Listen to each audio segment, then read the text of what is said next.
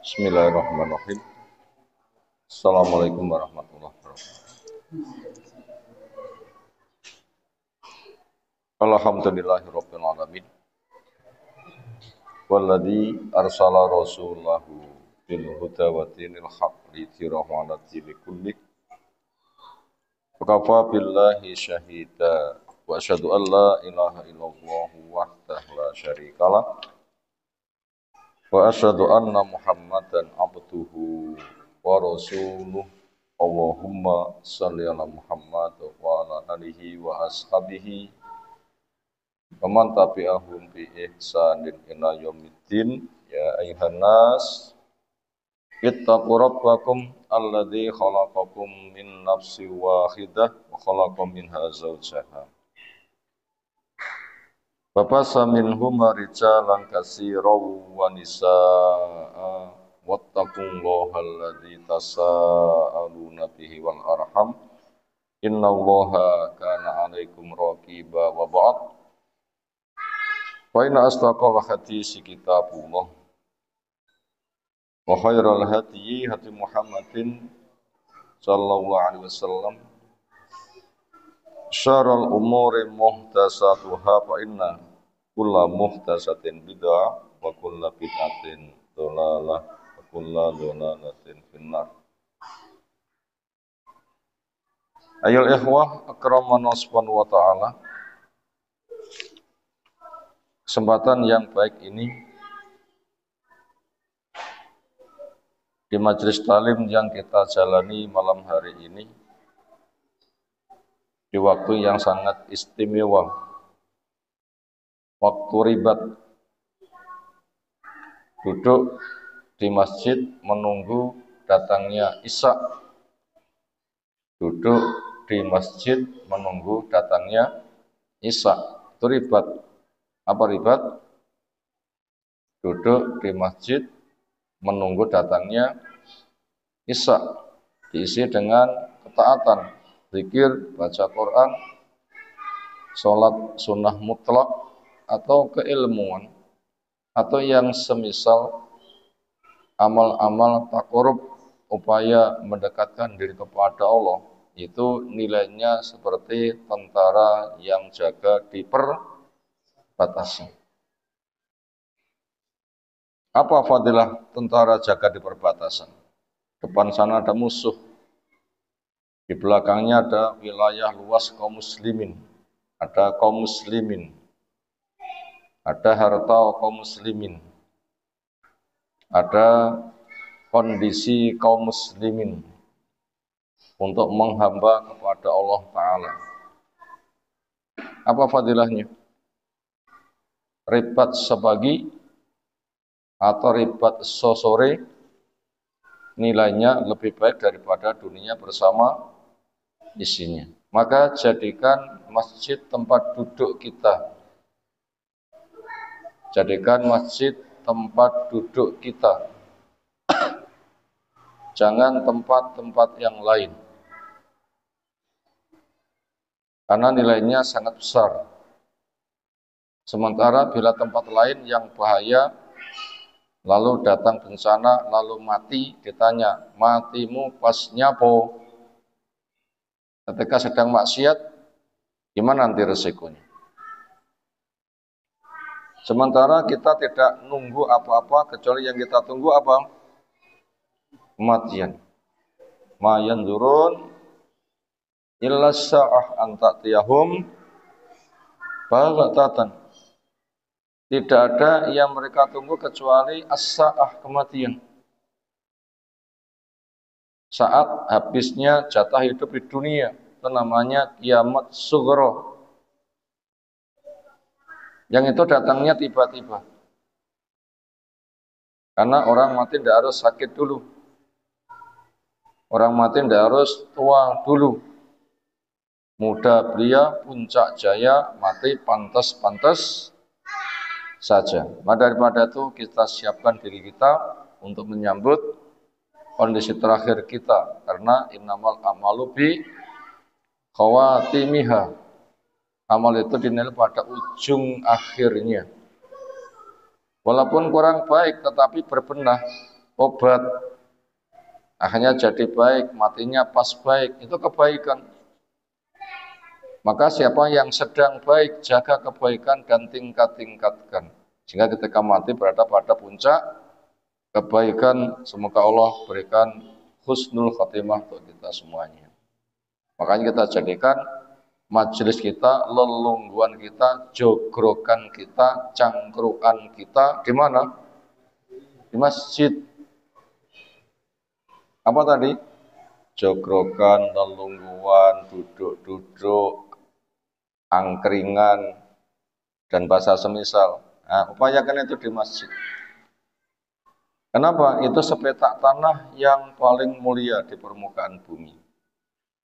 Termasuk waktu yang paling mulia adalah selepas maghriban menunggu isya, duduk berzikir. Oh, itu nilainya luar biasa. Nah, semoga telinga-telinga kita Allah jadikan mau mendengar nasihat, ayat, arahan. Insya Allah nanti kebaikan buat kita semuanya. Karena kita akan ditanya, telingamu ngrungokne apa? Mata kamu gunakan melihat apa? Pikiranmu kamu gunakan mikir apa? Mulutmu kamu gunakan untuk ngomong apa? Semuanya akan dihisab, maka kita siapkan sebaik-baiknya. Materi kajian kita dari kitab Riyadhus Shalihin bab wasiat kepada perempuan dengan landasan wastausu bin nisa'i khairan. Artinya ikbalu al wasiyah antaf'alu khairan bin nisa. Terimalah wasiat ini supaya kamu berbuat baik kepada perempuan. Temanya wasiat yang baik kepada perempuan. Dari beberapa dalil ketika di An-Nur ada tema yang menonjol, maka kita jadikan tema yang kita ambil kali ini di antara cara meluruskan keluarga tercinta perempuan kita itu, walaupun dengan cara memukul itu boleh, tapi pukulan bukan cara yang terbaik. Pukulan bukan dengan cara yang terbaik. Walaupun memberikan arahan dengan memukul itu boleh, tetapi pukulan bukan cara yang terbaik. Kenapa temanya wasiat, pesan baik, pesan supaya berbuat kepada perempuan, temanya kok memukul? Karena bentuk kebaikan itu bukan semata menyanjung. Bentuk kebaikan enggak semata senyum. Mungkin juga menteleng juga termasuk kebaikan. Merengut juga termasuk jenis kebaikan. Kadang menghardik juga termasuk jenis kebaikan. Kenapa? Karena memang ada kondisi-kondisi yang pantasnya cara meluruskannya ada dengan cara seperti itu. Karena Islam itu adil, menempatkan sesuatu berada pada tempatnya. Nah, kondisi ini disikapi ini, kondisi ini disikapi ini, kondisi ini mesra disikapi dengan senyum. Kondisinya ada penyimpangan disikapi dengan diam, masam. Mungkin akan ada kata-kata yang tekanannya berat dan sebagainya. Bahkan satu kesempatan kalau selesainya dengan cara dipukul, dipukul itu boleh. Jenenge pandai besi niku pentoto disawang napa dilus-lus napa ditutuki. Pandai besi dilus-lus ya tangane mlocot kabeh. Ya ditutuki. Itu namanya keadilan. Artinya selagi tidak menempuh jalan pukul, jalan lain yang lebih ringan itu bisa lurus, maka jangan menggunakan pukulan. Tapi dadi lading, pantas tiasa, ya tiasa harus ditutuki. Makanya tuh lihat kondisi. Lihat kondisi. Lalu kenapa perempuan seolah itu menjadi korban? Bukan menjadi korban. Memang namanya keluarga itu unsur penyusunnya itu apa? Ro'in dan ro'iyah. Namanya keluarga penyusunnya itu apa? Ro'in dan ro'iyah. Ro'in. Nah, laki-laki sebagai ro'in. Kulukum ro'in. Ya Allah firmankan, Ar-rijalu qawwamuna 'alan nisa. Itu ada mas'ul, penanggung jawab, kepala keluarga. Bila negara itu presidennya. Itu ro'in, qo'id. Ada juga satunya ro'iyah. Itu yang dipimpin. Semisal kelas, ada guru, ada murid. Maka istri di dalam rumah itu disetatuskan sebagai murid. Makanya Allah cipta perempuan itu berada pada kondisi punya kekurangan.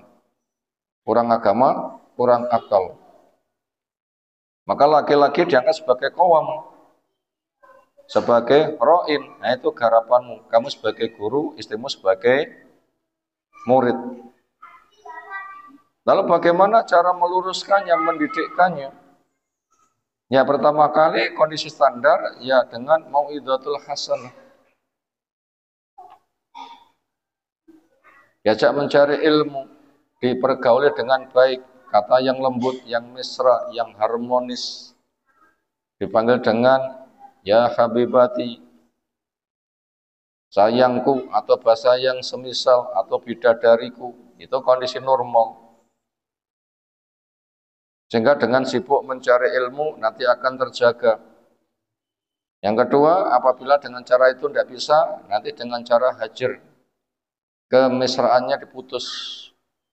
Nyawang gah, ngobrol gah, duduk bareng gah, makan bareng gah, turu bareng gah.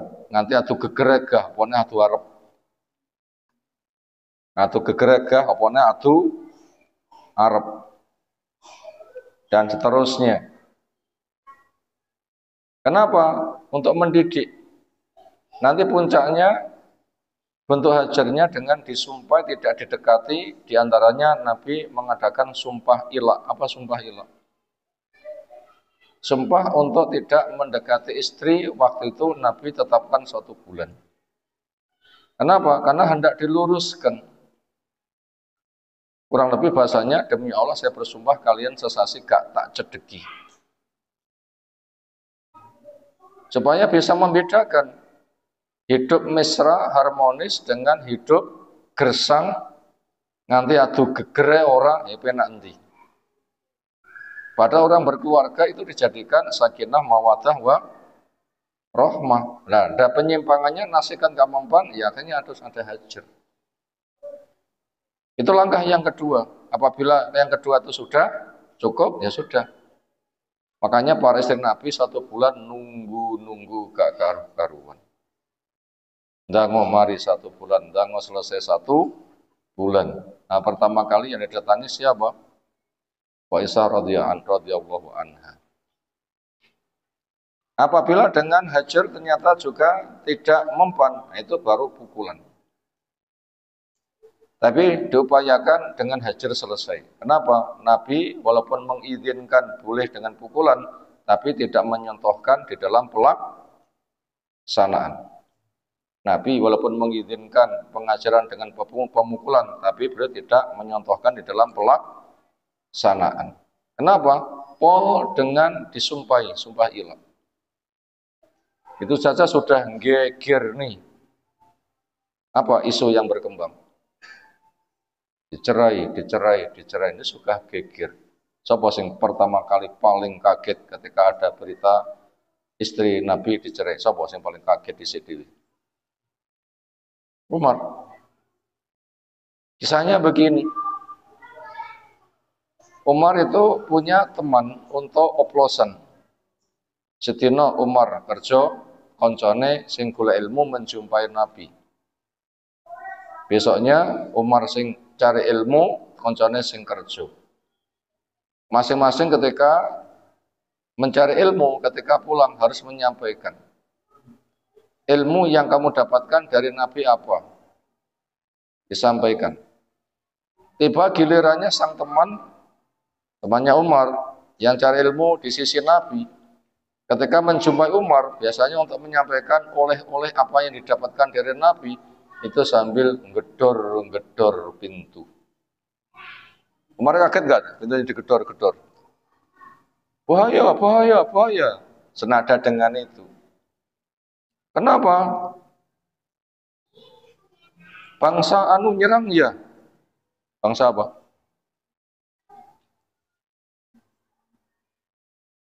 Tahun 8 akhir di daerah hampir mendekati Sam. Suku apa itu?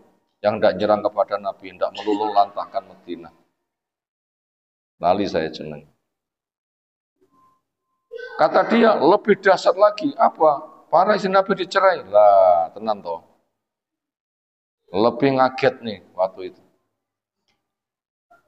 Akhirnya Umar langsung berangkat mencari anaknya. Siapa? Hafsah. Langsung diparani pas nang ditanya, kamu dicerai Nabi ya? Pisan aja nganti nyusah nih Nabi. Yang jaluk bondo sambat opakmu, aja nganti nyambati Nabi. Itu ternyata hanya diilah saja, isu cerai itu sudah geger. Maka Nabi nggak sampai kepada tahap apa? Pemukulan. Nah begitu, nggak sampai kepada tahap pemukulan. Makanya temanya pukulan bukan cara yang terbaik. Walaupun diizinkan berkriteria, diizinkan bebas apa? Diizinkan berkriteria. Diizinkan berkriteria. Ternyata Nabi nggak sampai masuk kepada tahap pemukulan. Pol dengan apa tadi? Sumpah ilah. Nah begitu. Gambarnya ke sana. Itu untuk menjelaskan judul bahasanya pukulan bukan cara terbaik untuk meluruskan yang dididik, entah istri, anak didik atau yang lain-lain. Termasuk tiang sing gawekne kewan niku sing saya ndamel pecut napa didemok ae karo rada diuneni ngoten. Sapi dijak nyikat, dijak mluku, nek sapine apik niku sing duwe ndamel beto pecut mboten. Mboten usah. Mek tambange diisyaratkan nganan belok nganan, tambange disyarat ngiri belok ngiri. Engke kanan kanthi zit ngoten nggih. Napa zit niku? Nengen napa? Lek rada banterne muni napa? Lek ngendhek nih napa?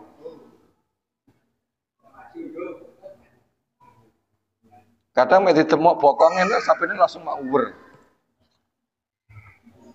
Jadi lek pancen sapine apik ngono ki wis selesai. Lek sapine ndablek ya lagek lho. Tapi lek atine sapi kecekel jane ya pakai ucapan saja gitu paham. Kenapa? Hewan pun juga bisa merasa pakai hati. Hewan juga merasa pakai hati. Nggak percaya. Kuda niku ditumpaki, niku sembarang sing numpak kudane manut mboten. Kuda itu kenal sapa sing dicondongi. Lah sing dicondongi teko, lah ngono iki ya siap ndekem, siap manut apa wae. Tapi lek ora gelem tumpaki ya malih ginjal wonge ya ceplok selentak pisan. Ginjal iki ceplok pas mibur tendang dengan dua kaki belakangnya. Tanpa mibur mboten. Nah begitu, itu coba sentuh dengan hati. Sehingga ketaatannya nanti sukarela. Makanya ada perintah muasyarah bil ma'ruf. Ibarat itu kita juga dapat bimbingan dari dalil. Ala inna fil jasati mudghah idza saluhat saluhal jasatu kulluh wa idza fasatal jasatu kulluh ala wahya al qalbu. Ketahuilah pada badan manusia itu harus segumpal darah. Bila segumpal baik, baiklah perilakunya. Bila segumpal jelek, itu juga jelek lakunya. Apa sih segumpal darah itu? Jawab, hati. Hewan pun juga bisa disentuh hatinya. Contohnya cukup banyak. Cukup banyak. Kucing lihat digateni manut mboten? Enten gak ada pengalaman ngopeni kucing. Gateni manut mboten? Tiang gadah kewan gateni nggih manut. Tiang gadah banteng digateni ya hormat. Sing biasane ngamuk-ngamuk, roh majikane tuane kanca akrabe ya manut. Nganti singo sing galak. Nuranenya cedhok wong terkam. Ternyata wong iki sing ngopeni ket cilik manut. Bahkan lama dipisah ketika ketemu kangen kayak pelukan. Nah, itu berita yang banyak tersebar. Sing ngono-ngono ki banyak ceritanya.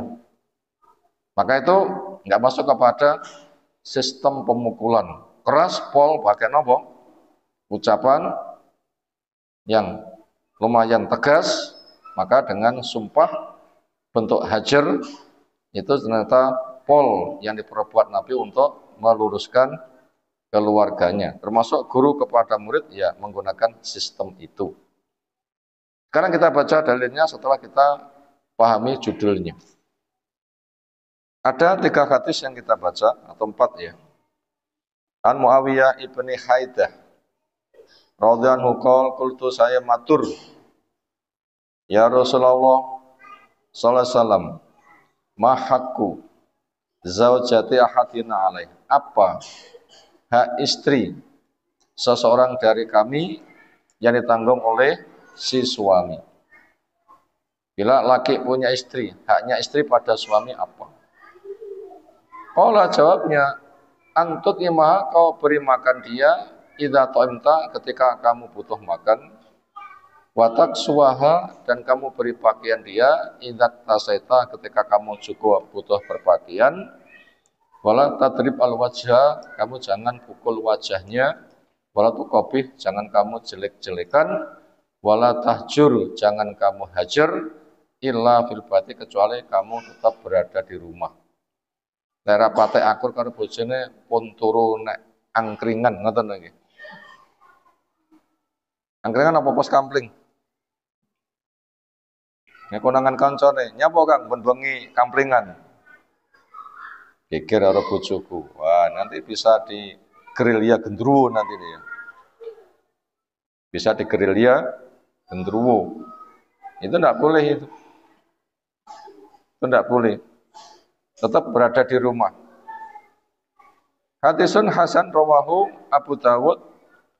Waqala makna la tuqabbih, yaitu la taqul qabbahakillah. Kamu jangan menjelek-jelekan, artinya kamu jangan mengatakan semoga Allah menjelekan kamu. Nanti apabila akan mengatakan amin, bojone malah welek terus seperti kira-kira. Pokoknya yang kasar-kasar, kadang nama binatang-binatang tinggi ngelabrak bojone. Pernah di masyarakat, ketika ngamuk-ngamuk, yang dilabrak, digambarkan dengan nama ini itu binatang A, B, C, dan seterusnya. Itu tidak boleh seperti itu. Karena ada waktu-waktu mustajab. Bila ada orang itu ngomong, berbarengan waktu mustajab, begitu ngomong, mengatakan amin, waktu pengabulan, langsung anakmu, bojomu, sing tau ana ngono, malih ngono terus pundi kira-kira. Yo mongir kengkurung ini kejane kuping apa napa? Nah, dadi ngono tenan ora susah mboten kira-kira. Dan bahasa semisal. Berikutnya, apa hikmah hak istri diberikan makan dan pakaian? Karena jawabnya, Allah telah menempatkan perempuan pada tempat yang terhormat. Apa? Statusnya sebagai ratu yang berada di istana. Statusnya dijadikan ratu yang berada di istana. Makanya Allah memerintahkan kepada laki-laki untuk membikinkan rumah. Wa qarna fi askinuhunna min haitsu sakantum. Kena omah. Ora kudu istana, tapi yang penting bahagia. Istana niku apik napa bahagia? Ayo. Istana niku apik napa sing bahagia? Bahagia, ora kudu apik. Apa oleh apik itu mesti indah, mesti kerasan. Nggih mboten? Ora mesti. Napa contohnya? Pas kering uangnya sugih, rumah sakitnya semalaman sewane kamar 5 juta. Mewah mboten? Kerasan mboten? Ora kerasan, ora kerasan. Bangga pengen mulai. Jadi istana gitu tempat yang membahagiakan. Karena kekayaan itu di hati, bukan di benda. Di zahir, di badan, di rumah, tapi berada di hati. Makanya perempuan supaya tinggal di rumah. Waqarna fi buyutikum, tinggallah kamu di rumah. Kenapa? Kamu itu ratu. Ratu itu bukan wuyur, tetapi berada di istana. Kalau kamu nanti keluar, resikonya setan akan menjadi perias. Mata laki-laki nanti akan dirias. Le ayu dirayu, lele di nyek. Le ayu dirayu, lele di nyek. Jadi korban. Makanya bila terpaksa keluar, itu terpaksa saja. Tapi harus memakai jilbab, kain yang menutup tubuh, yang kain itu dipakai di atas kain yang biasa dipakai. Dan jero ngomong wis nyanda ketika metu enek lapis yang luar dipakai di luar rumah, itu namanya jilbab. Sehingga tidak ada auratnya yang nampak. Kemudian sekira ada mahram supaya didampingi oleh mahram. Walaupun bukan safar. Karena fungsinya untuk menjaga keamanan dan keadaan itu bahaya nggak semesti dalam keadaan safar. Makanya perlu nanti yang pasar gonjo itu ya suami sing ngeterni. Itu untuk penghormatan. Demikian juga suara jangan digaya-gayakan ketika berjalan kaki juga jangan sampai digaya-gayakan dan seterusnya. Itu semua merupakan cara untuk menghormati perempuan yang perempuan itu disetatuskan sebagai aniyah, awan, awanin, punya mana asyirat, tawanan. Dan negara punya tawanan, negara kudu nyiapin apa? Negara duwe tawanan, nyiapkan apa? Ya rumah, lengkap dengan sarana makan, minum, MCK. Kira-kira tawanan itu dipekerjakan apa diarahkan? Tawanan dipekerjakan apa diarahkan? Jawab, diarahkan. Makanya istri itu tidak dipekerjakan, tapi diarahkan. Maka daripada itu, dia tidak dibebani cari makan, minum, pakaian. Makanya hak istri itu adalah mendapatkan apa yang menjadi kebutuhan hidup. Kenapa? Dia sebagai tawananmu. Itu statusnya seperti itu. Maka luruskan, kamu sebagai penanggung jawab, ada perintah, anfusakum wa ahlikum naro, jaga dirimu, jaga keluargamu dari api neraka. Pendidikan itu cara menjaga dengan ilmu akan tahu. Jalan surga dikerjakan penuh harap, jalan neraka ditinggalkan penuh waspada. Berikutnya, hadis 278, an Abi Hurairah, Abdurrahman bin Sakhar ad-Dawsi radhiyallahu anhu qala dawuh Rasulullah SAW. Akmal mukminin imanan, paling sempurnanya orang iman akan imannya. Ahsanuhum khuluqan, yang paling bagus akhlaknya. Wa khiyarukum, dan terbaiknya kamu, khiyarukum linisaikum, yang terbaik di antara kamu terhadap keluargamu yang perempuan. Tak, itu Tirmidzi wa qala hadis hasan sahih. Inti syari agama itu apa? Inti syari Quran itu surat Al-Fatihah. Inti syari Al-Baqarah niku ayat kursi. Inti syari agama Islam itu apa?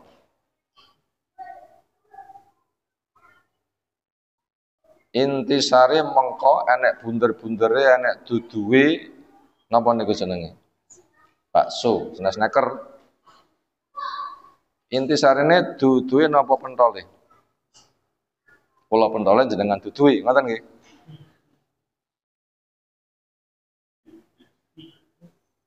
Dan semisalnya. Jadi itu ada intisarinya. Intisari Quran, Al-Fatihah, intisari Al-Baqarah, ayat kursi. Sekarang intisari Islam itu apa? Jawab, akhlak. Kenapa? Akhlak Nabi itu Al-Quran. Allah katakan, wa innaka la'ala khuluqin azim. Pesan Nabi SAW, ad-dinu an-nasihah. Nasihat itu adalah akhlak. Apa makna nasihat? Iradatul khair lil ghair. Apa arti nasihat? Iradatul khair lil ghair, menginginkan kebaikan kepada yang lain. Itu akhlak itu. Perintah Nabi, wa khaliqin nasa bi khuluqin hasan. Pergauli manusia dengan akhlak yang baik. Itu intisari agama. Sasarannya siapa? Siapa tanya? Liman. Jawabnya, lillah, wali kitabi, wali rasuli, wali a'immatil muslimin, wali ammatihim. Pertama, menginginkan berbuat baik kepada lingkungan, sasarannya Allah, berarti bertauhid, tidak syirik. Kedua, kitab sumber ilmu dipahami dengan benar. Tiga, Rasul sebagai intisari tafsir Quran, sebagai uswatun hasanah. Keempat, kepada walil amri, al ilmu yang paling utama, untuk jaga keamanan masyarakat, pemerintahan. Kemudian yang kelima, sesama kaum muslimin, dimulai ibu dulu, keluarganya yang perempuan, dan berikutnya. Iman itu membuahkan aman. Makanya tanda iman yang benar itu adalah membuahkan keamanan, sementara akhlak itu adalah bentuk keamanan. Apa itu akhlak? Bentuk keamanan. Iman membuahkan aman, akhlak adalah bentuk keamanan. Kenapa? Pesan Nabi ya tadi, wa khaliqin nasa bi khuluqin hasan. Pergauli manusia dengan akhlak yang baik. Yaitu ketika kamu bergaul itu maslahat. Mulutmu maslahat, matamu maslahat, tanganmu maslahat, kakimu maslahat. Karena al-muslimu man salimal muslimun mil lisanih wa yadih. Orang dikatakan benar Islami ada bukti. Apa buktinya? Lingkungan Islamnya, mereka selamat dari gangguan tangan dan lisannya. Maka dikatakan paling sempurnanya orang iman itu yang paling bagus apa? Akhlaknya.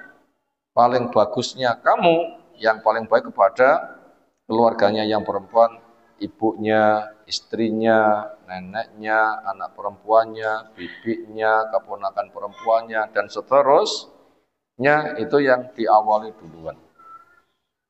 Berikutnya 279, An Iyas ibn Abdillah ibn Abi Dzubab radhiyallahu anhu qala dawuh Rasulullah sallallahu alaihi wasallam, la tadribu ima Allahi, kalian jangan pukul hamba-hamba Allah yang perempuan. Jelas ini. Walaupun mendidik dengan memukul boleh, tapi Nabi tidak menyentuhkan, bahkan pernah melarang. Mana larangannya? La tadribu ima Allah, jangan kamu pukul hamba-hamba Allah. Ini hadisnya tidak saling meniadakan. Pertama, bolehnya memukul. Yang kedua, ada perintah pukullah. Tapi Nabi tidak pernah memukul. Dia juga mengatakan, jangan kamu pukul. Ini dalil-dalil itu kontras bertentangan enggak? Enggak. Tapi gimana? Tempatkan sebagaimana mestinya. Mukul kuwi terpaksa, tapi berkriteria. Tapi sekira tidak memukul bisa, jangan menggunakan sistem pukulan. Nah, digabungkan begitu sehingga tidak dikontraskan, tidak dibenturkan, tidak dibikin tadadud, kontras, jangan. Wajah maka kadang telah Umar radhiyallahu anhu ila Rasulullah sallallahu alaihi wasallam mengadu Zairna mereka maneni anisa si perempuan ala azwaj kepada suaminya. Era dipukul nggak mau tunduk. Akhirnya Farokhosom memberikan keringanan.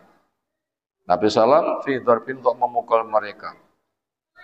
Setelah perempuan mengalami pemukulan, fa'atofa maka mengerumuni. Geruduk pada sowan. Bila Rasulullah kepada keluarga Rasulullah nisaun kasir para perempuan yang banyak. Kenapa? Yaskuna azwajahun, mereka mengadukan perihal suaminya. Nyapo? Memukul pada istri. Fakola maka berkomentar Rasulullah SAW, lakot atau sungguh telah mengerumuni, geruduk pada teko, merubuti. Di ali baiti Muhammadin pada keluarga Rasul Muhammad SAW, nisaun kathir perempuan yang banyak, yaskuna azwajahun, mereka mengadukan perihal suaminya yang memukul mereka. Apa komentarnya? Laisa ulaika bikhiyarikum. Laisa bukanlah ulaika suami yang menyelesaikan urusan mendidik keluarganya dengan memukul, bukanlah sing model ngono kuwi bikhiyarikum, orang yang baik di antara kamu. Walaupun boleh, tapi jangan sampai masuk kepada wilayah pemukulan. Andaikan toh memukul, gimana caranya? Pertama, gantungkan cambuk di tembok. Nanti biar tanya, Pak, ndamel napa cambuke? Ya nggih nyambuk sapi to, Nduk. Lho, omah niki napa kandang sapi? Ya duduk kok wonten mriki. Jawabmu aja kaya sapi. Dipecut apa piye? Boten, boten. Ya cukup begitu saja. Andaikan dipecutnya ya ukur-ukur ngono lah ya.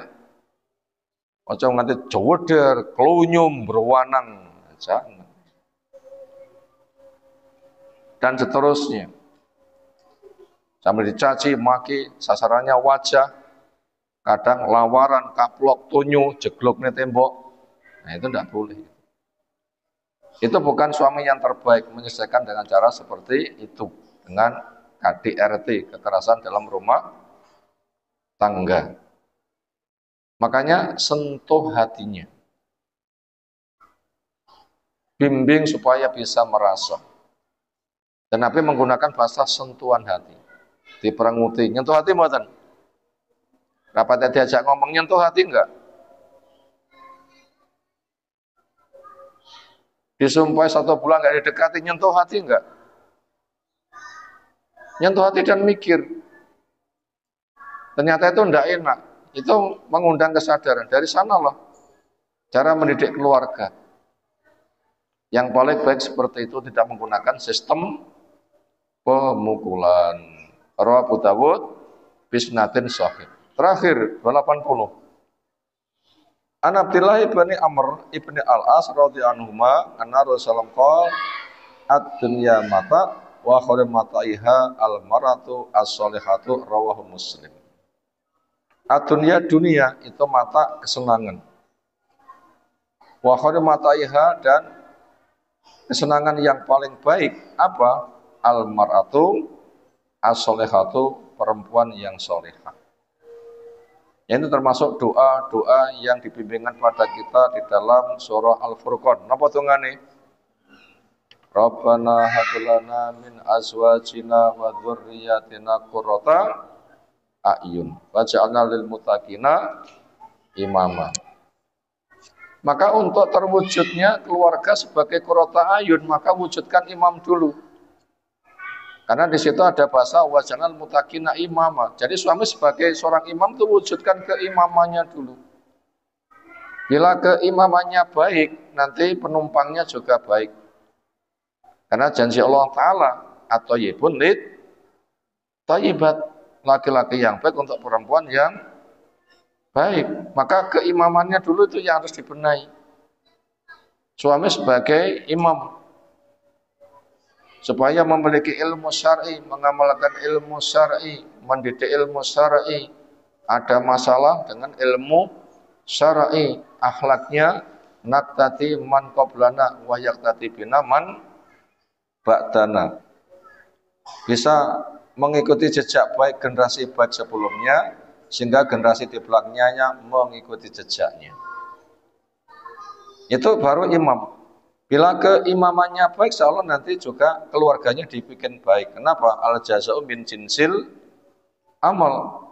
Balasan sebagaimana amal. Lah keimamanmu baik, insya Allah nanti balasannya juga akan kebaikan. Apa?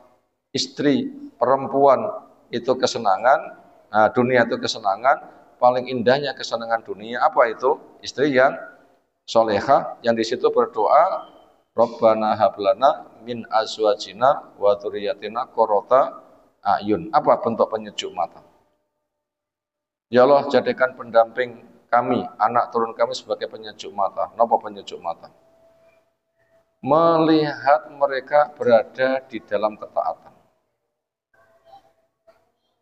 Itu namanya qurrata a'yun, penyejuk mata. Penyejuk mata niku senes wayu ganteng moesem, bukan semata kriteria tertentu. Tapi apa itu qurrata a'yun? Melihat mereka di dalam ketaatan.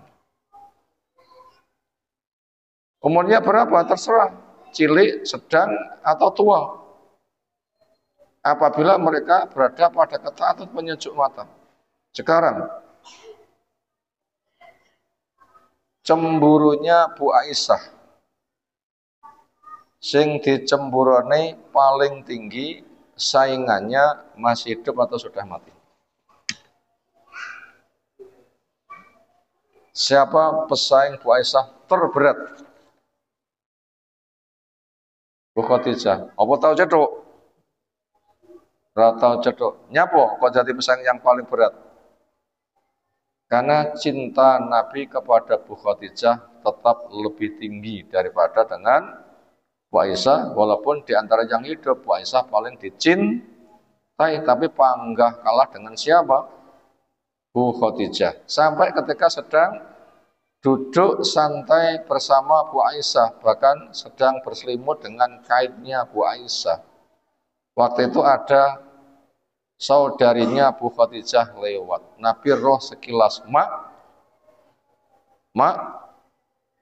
ayo terus no, mak teratap, terkesima, seolah Bu Khadijah masih hidup. Tanpa itu kaget. Disitulah Bu Aisyah malih Bu Aisyah malih ayo terus no, mak perengut. Mau Kak Aisyah terus. Terus mak perengut. Apa kurang komentar Bu Aisyah? Wong sing jenenge wong mati panggah dieling eling, wis tuwek keriput. Jane nek sanding iki sapa to kisah?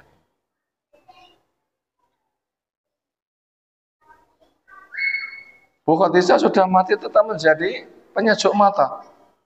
Kenapa? Karena profilnya yang luar biasa, tidak bisa disaingi. Itu termasuk qurrata a'yun, itu penyejuk mata. Loh itu begitu, penyejuk mata itu. Itu gambarnya ke sana. Makanya mana perempuan yang bisa menjadikan suami dia sebagai penyejuk mata, itu perempuan terindah. Makanya kalau ingin menjadi perempuan terindah, bukan yang paling cantik, tapi dia berada di depan suaminya menjadi penyejuk mata, sawang sak nyawang, istri dalam keadaan di dalam ketaatan. Nah, itu namanya qurrata a'yun. Itu yang diminta. Umurnya berapa? Ya tidak jadi masalah. Bagaimana dia di depan suami sebagai penyejuk mata, obah-obah di dalam ketaatan, disawang ngayem nih, bicaranya lembut, sopan dan sebagainya. Itu yang menjadi masalah penting. Maka siapa yang dunianya punya seperti itu ngalah nih para penguasa fisik dunia. Apa para penguasa fisik dunia? Wilayah kerajaannya ngungkuli Fir'aun, ngoten nggih. Duwite ngungkuli Korun, wayune ngungkuli Sopo simbol. Alhamdulillah. Ya. Bukan itu, tetapi berada pada penyejuk mata. Apa? Ketaatan. Itu siapa yang punya walaupun miskin, maka dia telah mendapatkan hiasan dunia yang paling indah. Makanya kita nggak usah repot bersaing, luasnya wilayah kekuasaan, bertumpuknya harta, cakepnya paras, tapi benahi hati obah-obah di dalam ketaatan. Itu hakikat qurrata ayun. Berikutnya masuk pada rangkuman. Ada 4 nomor. 1. Nikah sebagai kebutuhan manusia kepada dunianya, yang penting sesudah makan dan pakaian. Pertama kali wong lahir sing dipikir nopo? Pertama kali wong lahir sing dibutuhne nopo? Makanan. Bayi lahir asli lancar, aja mboten. Ngono ke Pak Er antuk jing-jingan ya bangga. Urip bae. Lah istrine dingone apa? Ya nek mburitan saingan karo wedhus. Wong sing duwe wedhus sing nom-nom, wedhuse sing tuwek. Godhonge tela sing nom nggih majikane, godhong tela sing tuwek nggih wedhuse. Telone tinggi wonge, kulite tela tinggi wedhuse. Nah ini pokoknya wonge sehat, nggak entuk penggawean, nek kebunane urip. Ya kan? Itu aslinya tuh lancar. Itu walaupun suami nggak ada penghasilan, anggap urip. Itu bukti apa? Butuh manusia pada dunianya yang paling penting adalah apa? Makanan. Bila makanan sudah, berikutnya apa? Pakaian. Entah pakaian melekat badan atau pakaian lemek sikil, sandal atau kendaraan, atau pakaian termasuk rumah itu pakaian. Sandangan ya pakaian, omah ya pakaian, sepatu ya pakaian, kendaraan ya pakaian. Mek mangane wis, sandangane wis, apa kepikiran ketiga? Kang wis gede, singgote dawa, mosok rawane rabi. Mbak, wis pantes ngendong anak, nyapa bangga dhewe wae. Apa gojlokane? Rabi.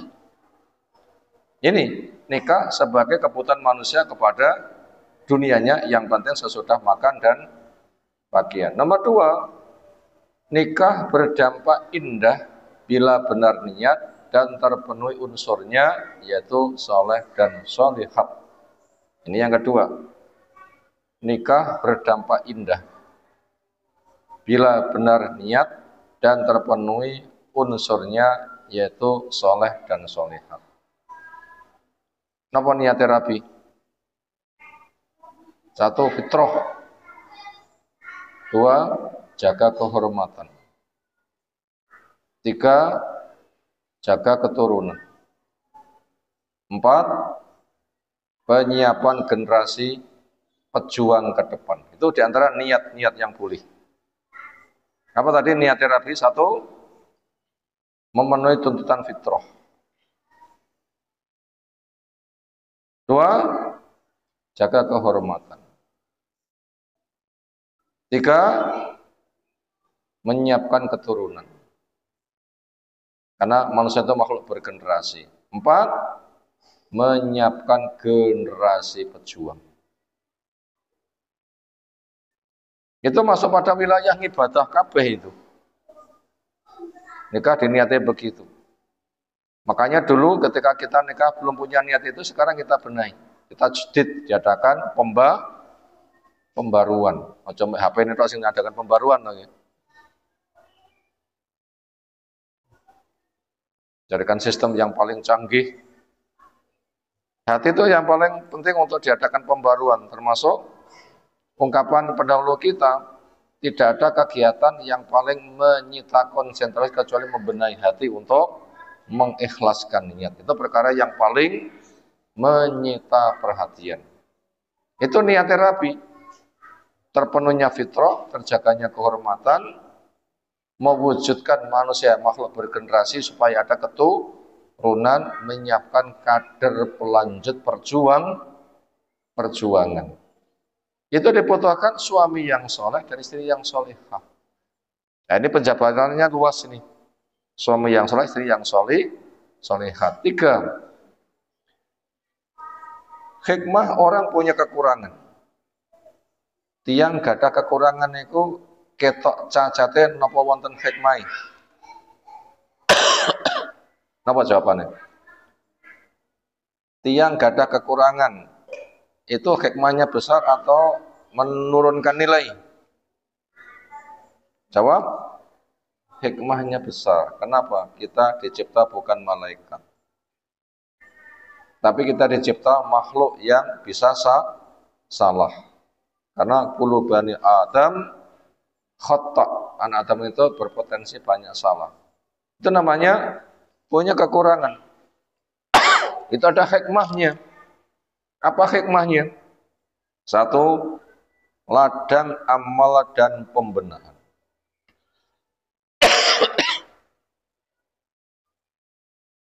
Kira-kira pomo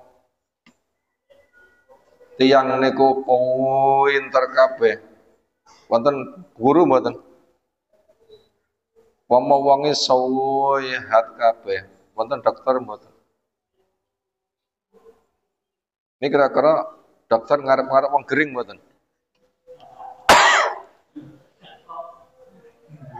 Jane ya ora wajar tapi ya ngono. Jane ya ora wajar tapi ya ngono. Artinya itu memang kebutuhan. Makanya jangan celah kenapa ada kekurangan, tapi apa hikmah adanya kekurangan? Apa hikmahnya? Ladang amal dan pembenahan. Makanya suami yang jadi imam itu dicepai istri yang kurang agama, kurang akal, ya kan? Kenapa? Biar ada ladang amal dan pembenahan. Ini kira-kira guru-guru ora dicepai murid susah mboten? Ya, wayah penerimaan anak didik baru napa niku silahe? PP apa niku? Lah niki ana sing daftar susah mboten? Susah. Nek mboten percaya, sekolahan sing mengandalkan murid kok lingkungan, enek sing daftar mek 1, 2, lho wonten lho. Nah, bentuk yayasan sholat itu masih mending. Kenapa? Cik kokono. Karena orang itu sadar kemana anak saya disekolahkan, sing beneh yang agamis. Tapi sebatas sekolah wajarnya, golek murid main lingkungan saya, enek sing nompo kelas 1 itu mek 1 tok. Itu namanya 1 kuadrat. Apa 1 kuadrat? Kelas 1 ya 1. Lo ada, susah enggak? Susah. Jajal, suami punya istri wis pinter. Suaminya tamat SD, istrinya profesor. Grogi mboten kira-kira? Grogi mboten? Grogi lah. Ya makanya itu jangan celah kenapa ada kekurangan. Kenapa? Ya memang mesinnya ngono kuwi. Makanya menjadi ladang amal dan pembenahan. Yang B, modal untuk meningkatkan nilai. Nanti biar meningkat, maka itu ilmu harus ditingkatkan. Berikutnya ujian untuk membuktikan siapa yang terbaik akhlaknya. Makanya siapa yang paling bisa membenahi kekurangan, berarti dia membenahi dengan akhlak. Dengan begitu nanti akan terbukti siapa yang paling bagus akhlaknya. Makanya orang berkeluarga itu banyak kasus. Makanya selesaikan dengan optimis. Bukan untuk rapi hanya nafsu ketika dapat masalah bubar. Jangan. Itu memang sebagai lahan perjuangan. Yang keempat, tanda baiknya akhlak yaitu penyelesaian masalah dengan ucapan tanpa menggunakan pemukulan. Ini tanda orang yang bagus akhlaknya. Apa? Menyelesaikan masalah dengan ucapan, nggak sampai kepada tahap pemukulan kecuali apabila memang kenemanan tidak selesai kecuali dengan cara dipukul, itu urusan, tapi itu pukulannya tetap berkriteria. Demikian yang kita sampaikan di taklim kita malam hari ini. Semoga 55 menit waktu yang telah kita bermajelis dalamnya, Allah menjadikan majelis kita majelis yang diberkahi, ilmu yang diberkahi, sehingga mengantarkan akhlak kita baik, mati husnul khotimah yang kelak kita berkumpul di surga Allah.